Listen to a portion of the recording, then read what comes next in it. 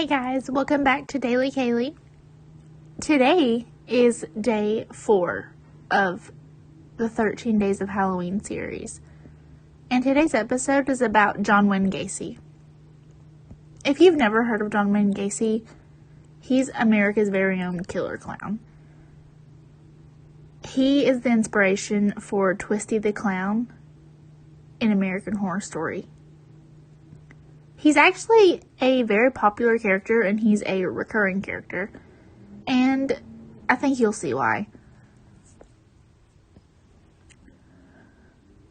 I'm literally laying in bed and eating Halloween candy while recording this, so bear with me. Gacy was not only a serial killer, but he was also a sex offender. He assaulted and murdered at least 33 young men and boys within the span of about 10 years or less. He also often performed at children's hospitals and charity events as Pogo the Clown or Patches the Clown, which is where the whole clown aspect comes from. He very regularly put himself into positions where he was around children. In 1968, he was convicted on the sodomy of a teenage boy in Iowa. He was sentenced to 10 years in prison, but he ended up only serving 18 months. He murdered his very first victim in 1972, ended up murdering 2 more by the end of 1975. But after his divorce from his second wife in 1976, he killed at least 30 more within the span of 2 years. The investigation that led to his arrest in 1978 was the disappearance of a teenager named Robert Peast. Now, all of his murders were committed inside of his house, which was in Norridge, Chicago. He would use his clown persona to draw the victims into his home, and he would trick these boys into putting on handcuffs under the pretense of demonstrating a magic trick. After they were handcuffed, he would rape and torture his victims before killing him, either by asphyxiation or strangulation.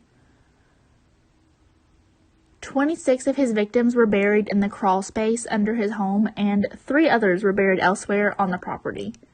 4 of them were discarded in the Des Plaines River, which is in Chicago.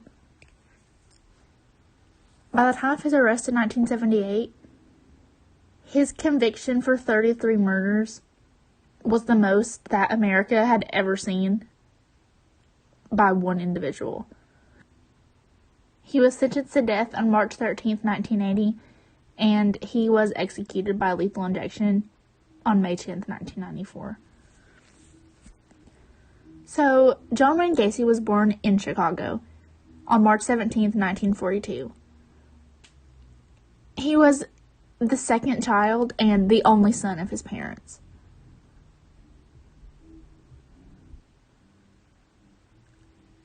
Gacy was extremely close to his mother and his 2 sisters, but he had a really difficult relationship with his father.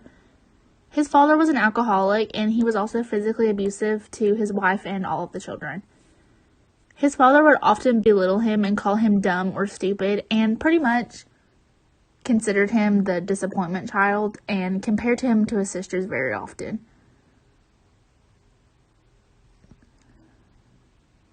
His mother tried to protect her son from his father's abuse, but this only resulted in more verbal abuse because he was now called a mama's boy or a sissy and accused of being gay. In 1949, Gacy began being molested by a family friend. He never told his father about this because he was sure that his father would blame him for this or make fun of him. As a kid, he was overweight and not athletic whatsoever. He had a heart condition, so he pretty much avoided all physical activity. During the 4th grade, he began to experience blackouts, and he was actually hospitalized on occasion because of these seizures. He had very bad grades in school, which he believed was caused by all of the missing school to be in the hospital. His father would accuse him of faking his condition as he was in the hospital, pretty much just accusing him of faking it to gain sympathy and attention of his mother. Gacy never fought back with his father, but he would beat him and yell at him seemingly without any reason at all.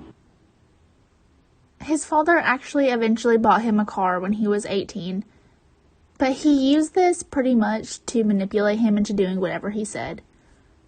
If Gacy didn't do what his father said, he would take his keys. He would not let him keep the car, even though he was the one who was paying on it. At one point, Gacy went out and bought an extra set of keys because his father would keep confiscating his keys for seemingly no reason. In response to this, his father actually removed the distributor cap on his vehicle and kept it for 3 days. After this, Gacy was pretty much drained of his relationship with his father, and he left for Las Vegas. In Las Vegas, he found work within the ambulance service before he was transferred to work as a mortuary attendant.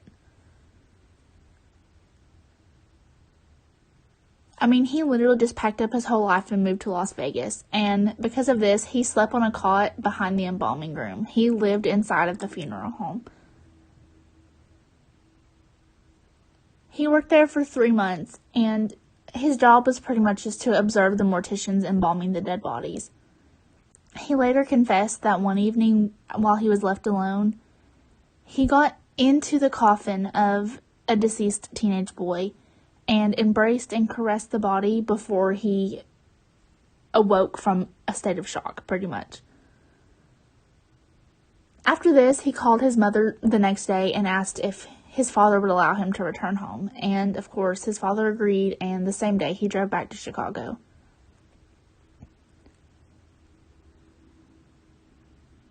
Once he got back to Chicago, he enrolled at Northwestern Business College, even though he failed to graduate from high school. He actually graduated in 1963 and took a management trainee position with the Nunn Bush Shoe Company. The following year, the shoe company transferred him to Springfield, Illinois to work as a salesman, and he was eventually promoted to manager of his department. In March of that same year, he became engaged to Marlon Myers, who was a coworker at the time. During their relationship, he actually joined the local Gacy's, which, if you don't know what that is, at this time, it was basically just like a group of citizens between the ages of 18 and 40 who were in leadership training. It was a community group. He worked tirelessly for them, and he was named Key Man in April of 1964, which was a pretty big deal to him. This same year is when another instance happened where Gacy was put in a sexual experience with another man. According to Gacy, one of his colleagues in the Springfield Gacy's got him drunk one night and invited him to spend the night on his sofa. He agreed, and the colleague apparently then performed oral sex on him while they were drunk. By 1965, Gacy was named vice president of the Springfield Gacy's, which was a big deal to him once again. So after being in a relationship with Marlon for 6 months, they got married in September of 1964. Marlon's father purchased 3 separate KFC restaurants in Waterloo, Iowa, and the couple moved there with her parents so that he could manage these restaurants. Pretty much, they were to move into Marlon's parents' home, which would be empty for the couple to live in. With his help of managing these restaurants, Gacy was to receive $15,000 per year, which, as of 2020, this would be $115,000 in today's currency. He would also get a share of the restaurant's profits. I mean, he could not turn this down. So he had to complete like a management course in Springfield before they relocated to Waterloo, but they did. And he opened a sort of club in his basement where his employees could come hang out, they could drink, play pool, and pretty much socialize. Although Gacy employed teenagers of both sexes at his restaurants, he seemed to only socialize at this club with the young men. He would get them drunk, and then he would attempt to make sexual advances on them. And, of course, if they turned him down, he would say that his advances were just like a joke to test their morals. In 1966, Marlon gave birth to a son and then to a daughter in 1967. Gacy later described that this period of his life was perfect. He had finally earned his father's approval. He had 2 children. He was married. He was successful in his career. And he said that when his parents visited in July of 1966, his father apologized for the abuse and said, "Son, I was wrong about you." Which is still extremely fucked up, but it is what it is. While living in Waterloo, Gacy actually joined another local Jaycees chapter. And he would offer extended hours to the organization, pretty much on top of the 12 to 14-hour days that he worked managing the KFC restaurants. At these meetings, he would provide chicken for them to eat. I mean, he was the fucking manager of KFC. But he would also insist on being called Colonel, which is a bit, extra. The other Jaycees considered him not only ambitious, but a huge bragger. But they did hold him in high regard because he did a lot of fundraisers for the Jaycees. And in 1967, he won an award which named him the most outstanding vice president of the Waterloo Jaycees.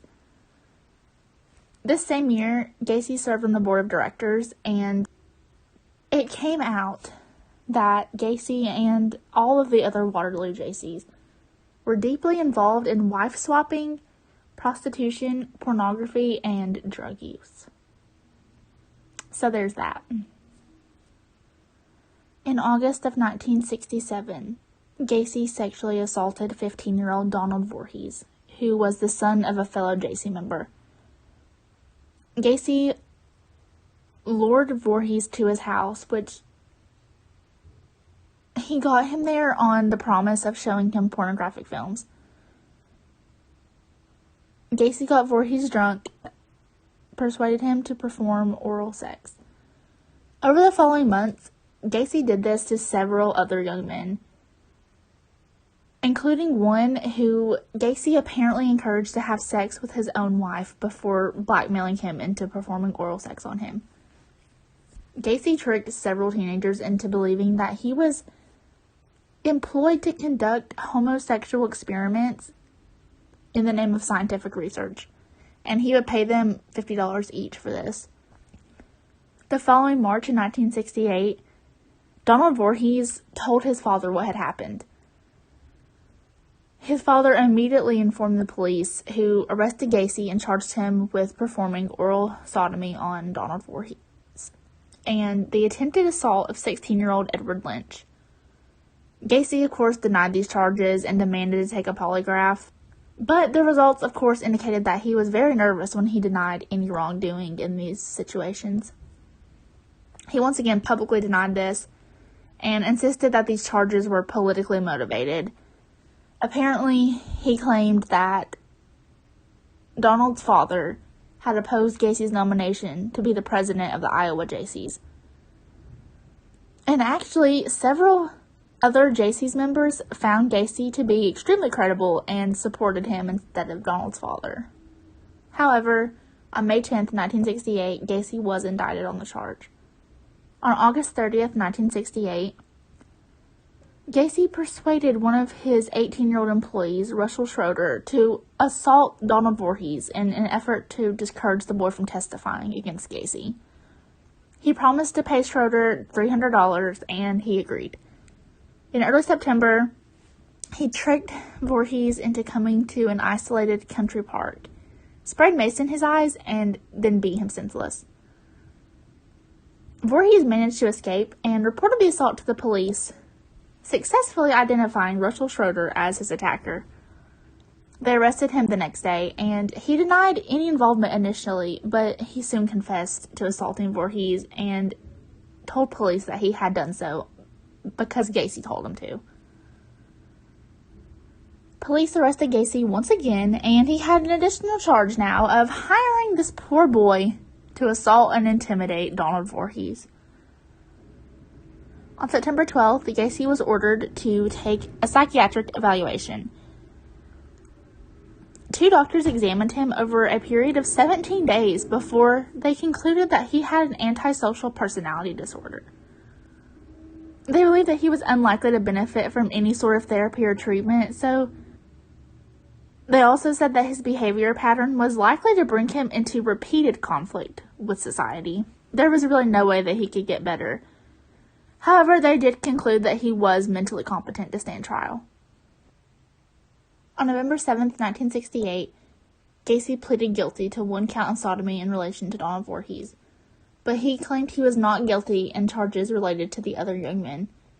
Gacy claimed that Donald had offered himself to him and that he had only acted out of curiosity. No one believed his story. He was convicted on the charge on December 3rd and sentenced to 10 years imprisonment, which was to be served at the Anamosa State Penitentiary.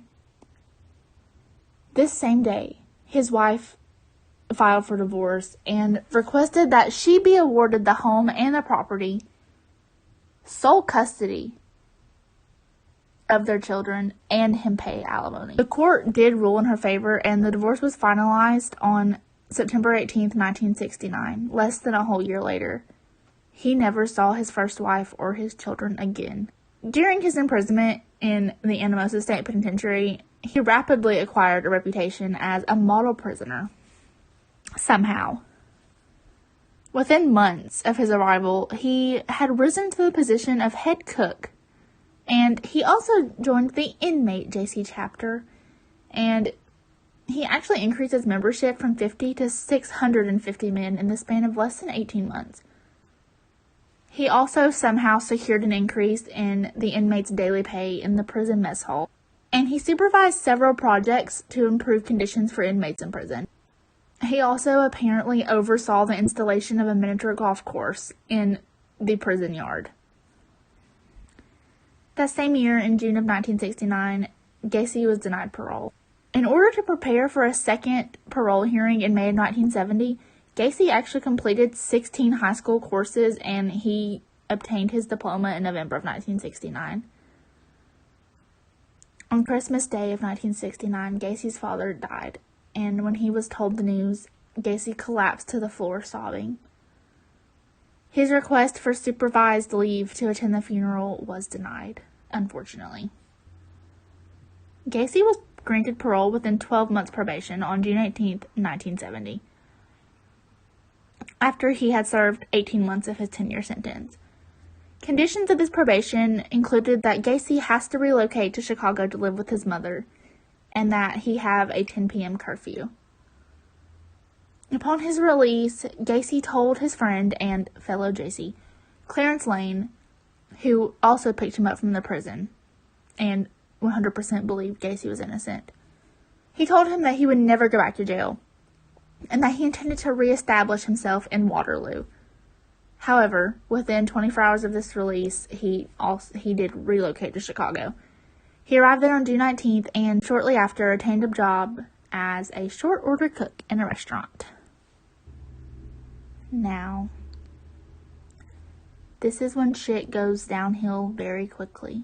On February 12th, 1971, Gacy was charged with sexually assaulting a teenage boy who claimed that he had lured him into his car at Chicago's Greyhound bus terminal, driven him to his home, and then attempted to force the boy into sex. The court dismissed the complaint, though, when the boy failed to appear. He had one more chance, and he fucks it up, as usual. On June 22nd, Gacy was arrested and charged with aggravated sexual battery and reckless conduct. This arrest happened because a complaint was filed by a young man who claimed that Gacy had flashed a sheriff's badge at him, lured him into his car, and then forced him to perform oral sex. These charges were also dropped because the young man attempted to blackmail Gacy. The Iowa Board of Parole had no idea these incidents happened, so 8 months later, in October of 1971, his parole did end. The following month, Gacy's previous criminal record was completely sealed. With the help of his mom, Gacy bought a house near the village of Norridge in Norwood Park Township, which is in Cook County, Chicago.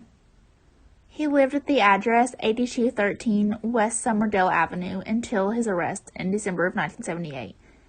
And this is where he committed all of his murders. Gacy was extremely active in his local community, and that's why it took him so long to be caught.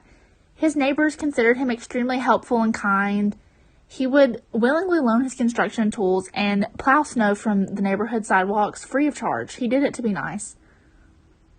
And between 1974 and 1978, when he was arrested, he hosted annual summer parties, and hundreds of people would attend these parties, including city politicians. He was a very respected man. In August of 1971, shortly after he moved into his new home, he became engaged to a woman by the name of Carol Hoff, who was previously divorced and had 2 young daughters. They were married less than a year later on July 1st, 1972. Before they were married, his fiancée and stepdaughters both moved into his home, and his mother moved out of the house shortly before the wedding, so it was just him and his new family. By 1975, Gacy told his wife that he was bisexual. The couple had sex on Mother's Day of that year, and according to the wife, he informed her that that would be the last time they would ever have sex. After this, he began spending most of his evenings away from home and would not return until the early hours of the morning. His excuse was that he had been working late. However, his wife observed Gacy bringing teenage boys into the garage, and she actually found gay pornography and men's wallets and identification inside of their home. When she confronted Gacy about who the hell these items belonged to, he informed her very angrily that it was apparently none of her business, even though she lived there in the house with him. Interesting. Apparently after this, Gacy had extreme anger issues because following a heated argument all over her failing to balance a checkbook correctly, in October of 1975, Carol asked for divorce. Gacy agreed to his wife's request, but by mutual consent, Carol continued to live at this address with him until the following February, and that is when her and her daughters moved into their own apartment. 1 month later, on March 2nd, they were officially divorced. They both told the court that the reason they wanted a divorce was because of his infidelity with women, although this was 100% false. Back in 1971, Gacy established a part-time construction business by the name of PDM Contractors. PDM stands for Painting, Decorating, and Maintenance. With the approval of his probation officer, he worked evenings on his construction contracts while working as a cook during the day. Initially, Gacy undertook some minor repair work, such as sign writing, pouring concrete, or redecorating, but he later expanded to include projects such as interior design, remodeling, installation, assembly, and landscaping. In mid-1973, Gacy eventually quit his job as a cook so he could fully commit to his construction business. By 1975, the business was rapidly expanding, and he was actually working up to 16 hours per day. In March of 1977, he became a supervisor for PE Systems, which is a firm specializing in the remodeling of drugstores. Between both these businesses, he worked on up to 4 projects simultaneously and frequently traveled to other states. By 1978, his business's annual revenue was over $200,000, which was insane for this time period. This is where the clown aspect comes into place. And that is where we will pick up tomorrow. I love you guys. Thank you so much for listening. Bye.